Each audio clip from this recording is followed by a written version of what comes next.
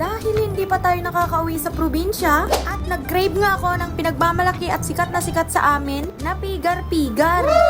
Nako, hindi ka taga Pangasinan kung hindi ka pa nakakain neto. Bumili nga lang akong kalahating kilo ng baka at in-slice ng maliliit. Saka ko minarinate sa paminta, garlic powder, toyo, at konting asukal. I-marinate natin ito hanggang 30 minutes above. Wow. At habang nag-aantay nga tayo, ay i-ready na natin yung ibang ingredients. Isa na dito ang puting sibuyas.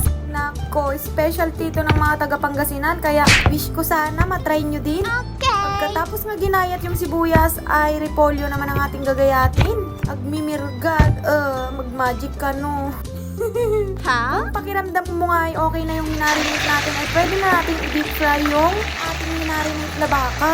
Kasi amoy pa nga lang nito, talagang natatakam na ako. Pakiramdam ko nga ay umuwi na ako ng Pangasinan. Ha? Pag nag-brown na nga ito, ay pwede na yan.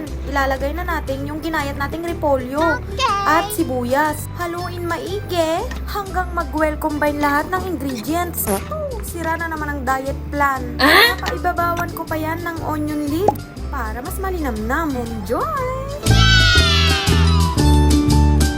Like, follow, and share!